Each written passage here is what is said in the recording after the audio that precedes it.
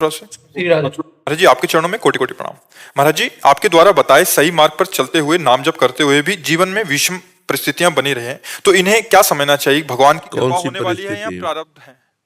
जीवन में सर महाराज जी बस नाम जप करते हुए भी मतलब स्ट्रगल पूरा एकदम नहीं, नाम जप तो नई खेती है।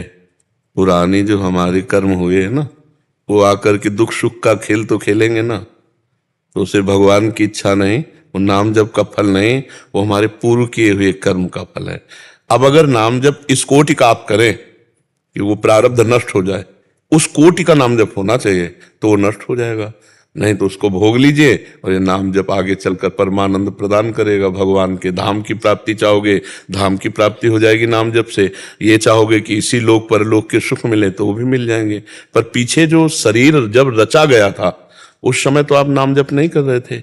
उस समय पाप और पुण्य दो के द्वारा शरीर रचा गया और पूरे जीवन का रच गया है कि 40 साल में ये होगा, 30 साल में ये होगा, 15 साल में ये होगा, 85 वर्ष में ये होगा, जितनी आयु है जितना। अब ये नया खेती है नाम जप। अब संकल्प करो कि नाम जप से हमारा वो पाप नष्ट हो। अब इतनी कोटि का नाम जप हो कि उस पाप को नष्ट कर दे, तो प्रारब्ध नष्ट हो जाएगा, नहीं तो भोगना पड़ेगा।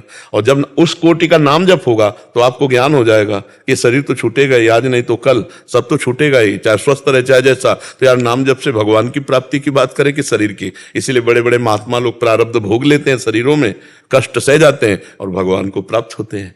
तो आप समझ पा रहे हो, ये जो परिस्थितियां आती है ना चाहते हुए भी, जो हम नहीं चाह रहे हैं, वो हमारे किए हुए कर्म का परिणाम है। पूर्व जन्म में जो हमने कर्म किए, जन्म जन्मांतरों के 3 प्रकार के कर्म हैं, संसारी आदमी नहीं जानते हैं। एक है संचित कर्म, जिसमें हमने पाप पुण्य जितने जन्मों में किए वो सब गोदाम लगा हुआ है, संचित कर्म। और एक है प्रारब्ध कर्म, जिससे दोनों चीजें निकालकर पाप और पुण्य कुछ इस मानव जीवन को रचा गया। और एक है क्रियमाण, जो अभी हम कर रहे हैं। अभी इसी जन्म में आपने ऐसे ऐसे पाप किए हैं जिनका आपको दंड नहीं मिला है, और आप जानते हैं और भगवान जानते हैं, क्योंकि कोई भी शरीरधारी बिना कर्म किए रह नहीं सकता। और कर्म 2 प्रकार के होते हैं, पुण्य और पाप। एक निषेध, एक विधि। और जब तक भगवान की कृपा से ज्ञान नहीं प्राप्त होता, तब तक पाप कर्म करने में रुचि रहती है। तो कोई भी शरीरधारी ऐसा नहीं है जिससे पाप कर्म ना बने हो, जानते हुए भी कि पाप कर्म हमने किए हैं।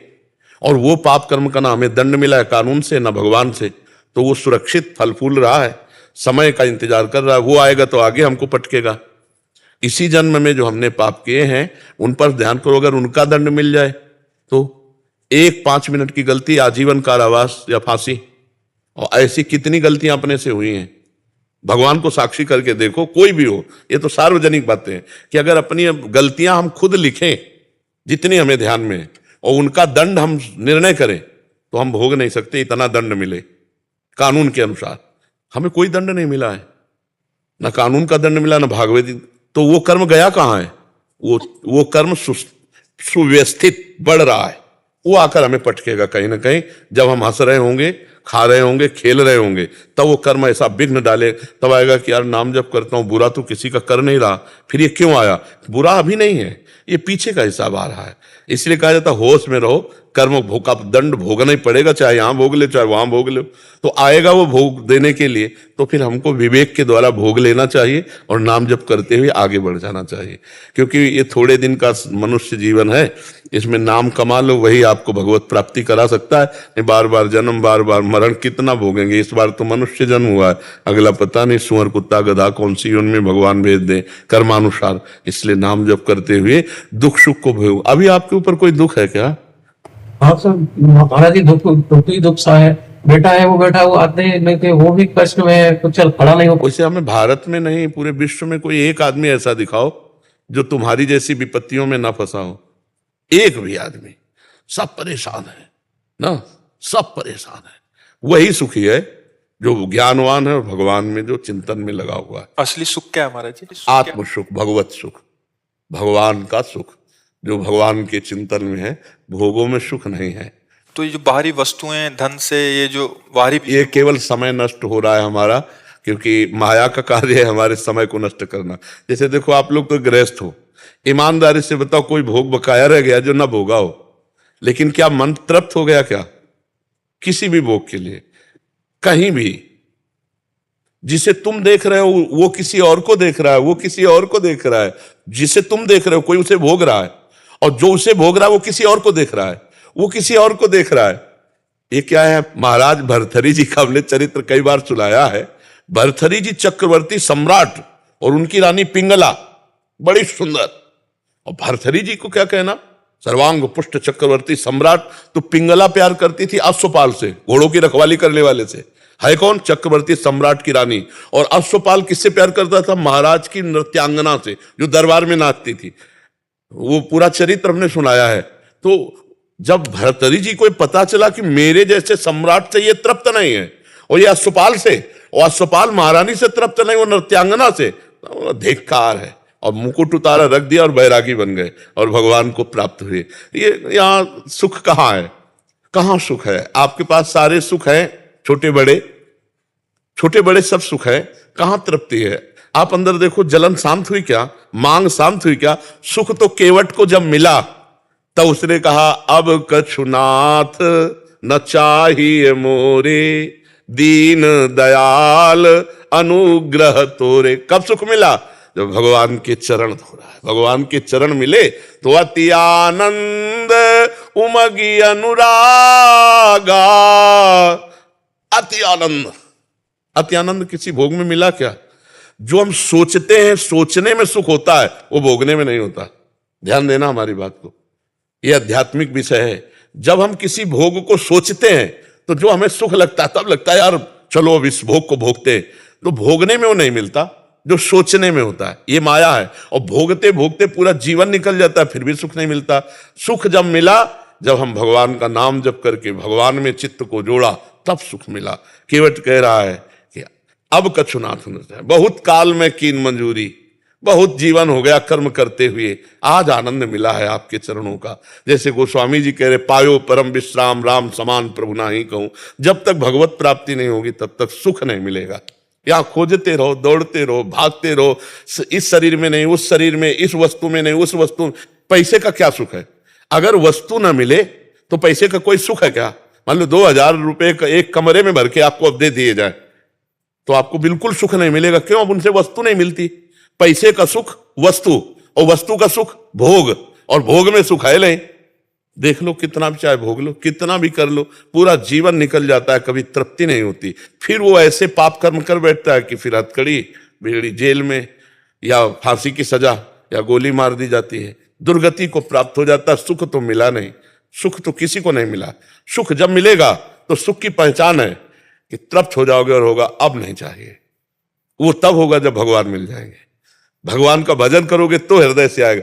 कि आप शुरू करो भजन, खुद देख लेना, आपकी रुचि हटने लगेगी। जितना ठीक भजन करोगे, उसकी पहचान है। इन सब गंदी बातों से, भोगों से आपकी रुचि खत्म होने नहीं। कितने लोग ऐसे हैं केवल प्रवचन सुन करके भजन मार्ग में लगे, हजारों लोग मांस मदिरा गंदी बातें त्याग दी। हजारों लोग यहीं आके बोल चुके कि हमने त्याग दिया। क्या वो पहले नहीं त्याग सकते थे? लेकिन जब अध्यात्म की बात सुनी तो इतनी बुद्धि पवित्र हो गई कि गलत आज, और अगर अध्यात्म में चल देंगे तो क्या वो भगवान को प्राप्त नहीं कर सकते? कर सकते हैं। हम भगवान के अंश हैं, भगवान को प्राप्त कर सकते हैं। तो बिना भगवान की प्राप्ति के सच्चे सुख की प्राप्ति है ही नहीं। प्रश्न क्या था? जी यही है कि मतलब नाम भी जब कर रहे हैं, बट वो हाँ, इसको क्या समझे, भगवान की कृपा या प्रारब्ध का है। भगवान किसी अपने बच्चे को दुख नहीं दे सकते। मंगल भवन है, जैसे सूर्य चाहे भी तो अंधेरा नहीं कर सकता, क्योंकि सूर्य प्रकाशमय है ना, ऐसे भगवान मंगलमय है। वो चाहे भी तो किसी का मंगल नहीं कर सकते। जो भगवान को मारने आए, भगवान उनका मंगल कर दिए, फिर हम तो भगवान का भजन करते, हमारा क्यों मंगल करेंगे? हमने क्या बिगाड़ा है? हमारे कर्म ऐसे हैं। तो उनका, जैसे किसी का पुत्र मर गया तो उनका भगवान ने ले लिया। भगवान ने ले थोड़ी लिया, तो सिस्टम है, कानून है। इतने समय के लिए आया था, अपना काम किया, चला गया। 5 दिन के लिए आएगा तो 5 दिन रुकेगा, 5 वर्ष के लिए आया तो 5 वर्ष, 50 वर्ष के लिए आया तो 50 वर्ष। उसमें भगवान का क्या है? कानून है। ये महाराज जी को प्रणाम। ये प्रश्न शायद इनका नहीं है, ये शायद लाखों करोड़ों लोग, अगर मैं भी होता यही बोलता। बिल्कुल। महाराज जी इसमें एक चीज पूछना चाह रहे थे। महाराज जी, संत महापुरुषों के चरित्रों में सुनने में आता है कि वो बड़ी से बड़ी प्रतिकूलता को हंसते सहते हैं और अब कृपा मानते हैं, बट एक संसारिक जो सत्संग या ऐसा विवेक धारण नहीं किए, उनको एक छोटा सा कष्ट भी बहुत भारी क्यों लगता है और प्रभु पे दोषारोपण करने लग जाते हैं। देखो सारी बात होती है, अभी हमने आपको बताया कि वो गाली भी पीछे वाले में बताया कि धन की प्रधानता हो जाने पर एक लेबर गाली भी सुनता है, धूप कष्ट में सब मेहनत करता है, क्योंकि उसका लक्ष्य होता है 500 रुपया शाम के मिलेगा। हमारा जब लक्ष्य हो जाएगा श्री भगवान, तो भगवान सर्व सामर्थ्यशाली हैं, उन्हीं के बल से सहा जाता है। जन्म जन्मांतरों का हिसाब सब बराबर करके वो अपने धाम बुला रहे हैं, तो ये उनकी सामर्थ्य है। अच्छा, गृहस्थ आदमी, अब उसने बच्चा, पत्नी, परिवार, घर, मकान, इतना अपना सब कुछ माना है। अब अगर उसके इतने अपने में सब कुछ ठीक है तो भगवान तुम्हारी जय, और इतने अपने में अगर कुछ गड़बड़ है तो भगवान से भी श्रद्धा गई और वो बड़ा असंतुष्ट रहेगा, क्योंकि उसका इतना ही घरौंदा है, इतना ही सब कुछ है। तो इसलिए भगवान से न जुड़ने के कारण, अज्ञान होने के कारण ये दुख सुख का अनुभव नहीं झेल पाते। थोड़ा सुख हुआ तो फूल गए, नाच रहे हैं, और दुख हुआ तो मार उदास हाहाकार मचा रहे हैं। और यहां सुख की क्या पूछना, सुख की सीमा नहीं है, सुख की सीमा नहीं, क्योंकि असीम भगवान है। और जब आगे बढ़कर भाव आएगा ना, तो आप भी इसी मस्ती में हो जाओगे। चाहे जितना बड़ा दुख हो, आप मुस्कुराओगे कि भगवान ने जो किया मंगल में किया, सब परिवार उनका, सब संपत्ति उनकी, जैसे वो रख रहे हैं यार वैसे हम रह रहे हैं, कोई ना कोई हमारा कर्म है। देखो, कर्म को भगवान कोशिश करके भुगवाते हैं। दशरथ जी के द्वारा इतना तपस्या भजन हुआ कि भगवान बेटा बने आके, आप विचार करो, और एक पाप बन गया, श्रवण कुमार का वध। श्रवण कुमार का वध, वो शब्द वेदी बाण संधान करना जानते थे, तो वो जो मटकी साकरी और उसे डुब डुब डुब ऐसे आवाज में मानो मृग पानी पी रहा है, तो उन्होंने उसी शब्द पे बाण मार दिया। तो मृग था नहीं, वो तो श्रवण कुमार थे, माता पिता को तीर्थयाटन करा रहे थे, उनकी छाती में लगा, जो आह निकली तब उनको लगा ये तो मृग की आवाज नहीं, तो मनुष्य की आवाज। नजदीक गए तो श्रवण कुमार को देखा, प्राण निकल रहे थे उनके। कहा, भाई तुम जो भी हो, ये पानी ले जाओ, मेरे माता पिता को आखिरी मेरा प्रणाम कह के पानी। अब उनके होश खराब हो गए कि ये क्या हो गया, मेरे द्वारा ये क्या हो गया। जब बूढ़े माता पिता के पास गए तो उनका, बेटा इतना विलंब क्यों। अब वो बोले कैसे, बेटा नहीं, तो उनका, बोलो बेटा, कभी हमारी आज्ञा उल्लंघन नहीं की, बोलो ना। तो उन्होंने कहा, महाराज क्षमा कीजिए, मैं चक्रवर्ती सम्राट दशरथ हूं, आपका बेटा श्रवण कुमार मारा गया मेरे हाथ से शब्द वेदी बाण के द्वारा, ऐसा ऐसा। तब उन्होंने कहा, जा, मैं पुत्र वध करने वाले के हाथ से पानी नहीं पीता, लेकिन जैसे मैं पुत्र के वियोग में तड़प कर मरूंगा वैसे तू मरेगा, तुझे कोई नहीं बचा पाएगा। तो देखो, भगवान के बाप बने पिता, बाप जी है भगवान के दशरथ जी, लेकिन कर्म जो बना तो वैसे ही तड़पते हुए राम राम हा राम कहे, वैसे ही पुत्र वियोग में प्राण त्यागा कि नहीं। भगवान मिटा सकते थे ना, लेकिन भगवान ने नहीं मिटाया ना। ऐसे ही भगवान अपने संत, अपने भक्त के प्रारब्ध को भुगवा देते हैं और मिटाते नहीं हैं। तो देखो, आप लोग उसको धैर्य पूर्वक भगवान का कृपा प्रसाद पाते हुए उसको सह जाओ। यहां इसका नाम पहले तो जान लो क्या है, मृत्यु लोग। यहां सब मरेंगे, खुली बात समझो, कब कौन मरेगा ये पता नहीं है। तो इसलिए धैर्य पूर्वक, विवेक पूर्वक चलो। यहां जो जितना आया अपने अपने समय से चला जाएगा, किसी को कोई रोक नहीं सकता है। इसलिए भाई विवेक, थोड़ा ज्ञान प्राप्त करो, अध्यात्मवान बनो। ऐसे छोटी छोटी बातों में दुखी सुखी मत हो। यहां से हमको भी जाना है, तुमको भी जाना है, और आपको भी जाना है, और अकेले जाना है, और यहां से कुछ नहीं ले जाना। जो पाप कर्म या पुण्य कर्म किए वही भोगना पड़ेगा। इसलिए थोड़ा धैर्यवान बना जाए। पुलकित अग्रवाल जी। श्री हरिवंश। श्री हरिवंश गुरुदेव। महाराज जी, आपके चरणों में कोटि कोटि प्रणाम। महाराज जी, मेरा प्रश्न हर एक माँ बाप का जो होता है वैसा ही कुछ है। महाराज जी, सुना है कि भगवान की नजर यशोदा मैया भी उतारती हैं। बच्चों और बड़ों को नजर क्यों लगती है, और नजर ना लगे उसके लिए हम क्या। नजर नहीं लगती है, वो एक प्रेम का अंग है।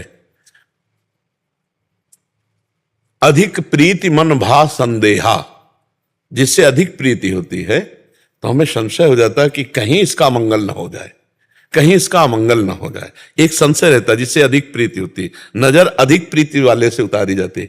जैसे हम अपने प्रिया प्रीतम की उतारते हैं, तो भला बताओ, जिनकी नजर से सूर्य प्रकाशित है, चंद्र प्रकाशित है, जिनकी नजर से ही सबकी नजरें हैं, उनको क्या नजर लगेगी? प्रभु को नजर लगेगी, भगवान को नजर लगेगी क्या? लेकिन हम उतारते हैं, बलिहारी जाते हैं, अंगुली चुटकाते हैं, तृण तोड़ते हैं। ये जो नजर उतारने के राई नून उतारते हैं, ये हमारी प्रेम की वृत्ति है। वहां को किसी की नजर लगनी है। अगर नजर से लगने से हो जाता तो न जाने क्या क्या हो जाता, कुछ नजर नहीं लगती। ये हमारी प्रीति की एक भावना है जिसमें हम अधिक प्रीति करते हैं। जैसे बालक में कि अब इसको ये परेशानियां लग रही, ये तो नजर लग रही, वो मिर्च से उतार दिया और बोले बिल्कुल देखो नजर लगी है, इसमें ना तो छींक आ रही मिर्च में, सब ऐसा हम जैसा सोचते हैं, जैसा भावना करते हैं वैसा होता है। कोई किसी की नजर वजर नहीं लगती है, ये प्रीति की भावना है। नहीं, हम प्रिया प्रीतम की नजर उतारते हैं, अपने गुरुजनों की भी नजर उतारते हैं। जब हमारा भाव आता है तो हम अपने आचार्य को भी आशीर्वाद देते हैं, चिरजीवो तारानंदन व्यास जी। तो ये प्रेम का विषय है। प्रेम में ऐसा हित चिंतक निज चेरिनु, जो निज चेरी है, दासी है प्रिया प्रीतम की, वो देखती प्रिया प्रीतम सुंदर झूला झूल रहे, चंदन के वृक्ष में झूला पड़ा है, कैसे किलोले कर रहे, तो बहुत आनंदित होती और विचार करती कि नजर ना लग जाए। किसकी नजर वहां लगेगी? वहां सब नजरें तो पान कर रही रूप रस का। हित चिंतक निज चेरिनु उर आनंद न समात, निरख निपट नैनन सुख तृण तोरत बलिजात। इतना आनंद बढ़ रहा है प्रिया प्रीतम को देखकर, किसी की नजर न लग जाए तो तिनका तोड़ती है, ऐसे अंगुलियां चिटकाती है। ये किया जाता है नजर के बलिहारी। तो जैसे हम प्रिया प्रीतम, ऐसे छोटे बालक। ये प्रेम का विषय है। किसी की नजरों में इतनी ताकत नहीं किसी का मंगल कर दे। हाँ, अब जैसे जुकाम बुखार या कुछ घटना घटनी है, अब उसको किसी निमित्त से मान लीजिए बका किसी की नजर, बोले उसकी नजर इतनी खराब भर कर देख ले तो बच्चा बीमार हो जाए। नहीं, कौन काहू के सुख दुख कर दाता, निज कृत कर्म भोग सुन भ्राता। गर्भ में ही बालक कितने ऐसे कष्ट पा रहे हैं, तो क्या उसमें किसकी नजर लग गई? कर्म। हम लोग इन सब बाहरी बातों को ज्यादा ध्यान नहीं देते। सांसारिक लोक रीति के अंतर्गत आता है। और बकाया जो वास्तविक नजर उतारने का तरीका वो प्रीति का है कि कहीं हमारे प्यारे को किसी की नजर न लग जाए। ये प्रीति की बात है। प्रमिला शर्मा जी। राधे राधे। राधे राधे महाराज जी। महाराज जी, साधन में परिपक्वता कैसे आती है और उसके लिए क्या करना पड़ेगा? साधन में परिपक्वता, जब साधन में रुचि होती है और जब साध्य में प्रियता की बात आती है तभी परिपक्वता आएगी। साधन में रुचि तभी, जब साध्य में प्रियता। मुझे साध्य चाहिए, जैसे रुपये की चाहत हो जाए, रुपया साध्य बन जाए। अगर हमें रुपया लक्ष्य बन गया है तो नींद नहीं आएगी, ओवर टाइम भी काम करना हमें अच्छा लगेगा, और कोई गाली दे तो भी हम सह जाएंगे। रुपया अच्छा लगे। एक बार हितधाम में काम हो रहा था तो दोपहर का समय था, गर्मी का समय। हमने देखा लेबर उस समय जब जहां धूप में खड़े नहीं हो सकते, वहां वो मसाला बना करके ऐसे ऐसे, तो वो लोग बीड़ी और ये सब करते हैं, तो बीड़ी पी रहे थे तो उनका ठेकेदार आया, गालियां दी। वो कुछ नहीं बोला, तसला उठाया, अपना चला गया। जब लौट के आया तो उनका, यार भाई तुम तो महात्मा हो। बोले, अरे नहीं महाराज, हम कहा इतनी धूप में आप मेहनत कर रहे हो और तुम्हें गालियां दे के गया और तुम कोई उत्तर नहीं दिए, ये तो महात्मा के लक्षण। बोले, महात्मा के लक्षण नहीं, शाम के 500 रुपया मिलेंगे। अगर उससे अभी लड़ जाएंगे तो थप्पड़ मार के भगा देगा वो, शाम के रुपया नहीं मिलेगा। रुपया लक्ष्य 500 है तो वो गाली भी सह रहा है और धूप में भी काम कर रहा है और प्रसन्न भी है, क्योंकि उसको यह है कि शाम के 500 मिल जाएंगे। यदि हमारा ये लक्ष्य बन जाए कि जीवन की शाम को भगवान मिल जाएंगे, जीवन की शाम होते होते हमें भगवान मिल जाएंगे, तो हमारा प्रयास रहेगा ओवर टाइम भी कि हम कैसे भगवान को प्राप्त करें, रात दिन भजन में लगने। अब जैसे अपने लोग, आप विश्वास नहीं करोगे, जब साधन पक्ष में लगे 17, 18, 19, 20, 21, 22, 23, 24, 25, पूरा जीवन हो गया, लेकिन इन वर्षों की बात करें तो जब ऐसे लेटते तो 15-20 मिनट होता तो एकदम घड़ी की तरफ देखते, छोटी वाली घड़ी ऐसे दूर रखते थे, तो जो घड़ी की तरफ देखते 15-20 मिनट होने पे लगता अभी 15-20 मिनट हुए। हमें तो ऐसा लगता है हम काफी सो चुके। अरे मत सो, लगाया पद्मासन और बैठ गए, पूरी रात भजन। क्यों? भगवत प्राप्ति करनी है, ब्रह्मबोध प्राप्त करना है। जब हमारा लक्ष्य बन जाएगा भगवत प्राप्ति, तो जैसे एक गरीब आदमी धन कमाने के लिए ओवर टाइम काम करता है, अपने बड़ों की गालियां भी सह जाता है, ऐसे इस मार्ग में चलने वाला मान अपमान निंदा स्तुति दुख सुख सब कुछ सहता है, पर वो भजन नहीं छोड़ता, क्योंकि उसका लक्ष्य भगवान की प्राप्ति बन गई। साधन तभी सुदृढ़ होगा, परिपक्व होगा, बढ़ेगा, जब आपका लक्ष्य बन जाए भगवत प्राप्ति। अगर लक्ष्य भोग है तो फिर थोड़ी देर, आज 2 घंटा भजन हुआ, कल आधा घंटा भजन हुआ, परसों बिल्कुल नहीं हुआ, नरसों 3 घंटा भजन कर ले, इसे साधन नहीं कहते। इसे साधन की परिपक्व। 3 घंटा का नियम है तो 3 घंटा से ओवर हो सकता है, नीचे नहीं। रोज बढ़ता चला जाए हमारा भजन, और फिर हम आ जाए 24 घंटे में, उठते बैठते चलते फिरते खाते पीते सोते जागते, हर समय प्रभु का चिंतन और एक व्याकुलता कि भगवान कैसे मिले, भगवान कैसे मिले, कोई उपाय बता दे कि भगवान कैसे मिले, फिर रोना आने लगना, फिर तड़पना आने लगना, फिर भगवान का साक्षात्कार हो जाना। साधन की दृढ़ता है लक्ष्य की। अगर लक्ष्य नहीं बना भगवत प्राप्ति तो साधन दृढ़ नहीं होगा। और साधन उत्साह संपन्न होकर निरंतर चलने के लिए साधु समागम आवश्यक है। संतों का संग मिले, शास्त्र स्वाध्याय हो, नाम जप हो और लक्ष्य हो भगवान की प्राप्ति, लौकिक कोई कामना नहीं, तो साधन दृढ़ हो जाएगा। अगर साधु संग नहीं हो रहा तो फिर साधन में उत्साह नहीं बढ़ेगा, माया रौंद देती है। जब माया रौंदती है ना तो उसको ऐसे समझो जैसे डिस्चार्ज हो गया मोबाइल। अब उसके लिए फिर नवीन उत्साह चाहिए, उठ खड़ा हो, कुछ नहीं हुआ, चल तू भगवान की तरफ। फिर नया चार्ज हुआ वो, फिर भगवान की तरफ चला, फिर लड़खड़ा गया, फिर नया उत्साह मिला। कोई एक बार में थोड़ी निकल जाता है। दलदल में ये ऐसा दलदल है माया का कि अभी सुन लो, थोड़ी देर बाद ऐसी माया की आंधी चलेगी, ये सब फीका लगने लगेगा, वो अच्छा लगने लगेगा, ये संसार अच्छा लगने लगे। यहां से हटो, अभी हट के जब जाओगे तो दूसरी रील चलने लगेगी। ये रील बराबर चलती रहे तो देर थोड़ी लगेगी भगवत प्राप्ति में। इसी रील को बराबर चलाने के लिए तो सबसे अलग एकांत शांत, भोजन सही, आचरण विचार सब सही, रात दिन भजन, तब वो भगवत प्राप्ति होती। हमारा लक्ष्य बन जाए तो कुछ दुर्लभ नहीं है, और साधु संग मिल जाए तो लक्ष्य भी बन जाएगा और साधन भी बढ़िया बनेगा। पर साधु संग भगवान की कृपा से मिलता है। साधु भेष मिल जाना अलग बात है, लेकिन साधु संग होना अलग बात है। जब तक भगवान में प्रीति रखने वाले सच्चे महात्मा का संग नहीं होगा तब तक हमारा जीवन परिवर्तन नहीं होगा। प्रवचन से जीवन परिवर्तन नहीं होता। वो जब हृदय से हम जहां हैं वही बात कहेंगे तो आपके ऊपर लागू हो जाएगी। तो भगवान की कृपा से संतों का संग मिलता है। अब मोहि भाव भरोस हनुमंता, बिनु हरि कृपा मिले नहीं संता। और सत्संग से ही साधन दृढ़ होकर भगवत प्राप्ति होती। बड़े भाग पाइप सत्संगा, बिना प्रयास होय भवभंगा। इस संसार समुद्र से पार हो जाया जाता है। तो हमारा लक्ष्य हो भगवत प्राप्ति, और साधु संग हो, शास्त्र स्वाध्याय हो, नित्य नाम जप हो, तो हमारा साधन दृढ़ हो जाएगा।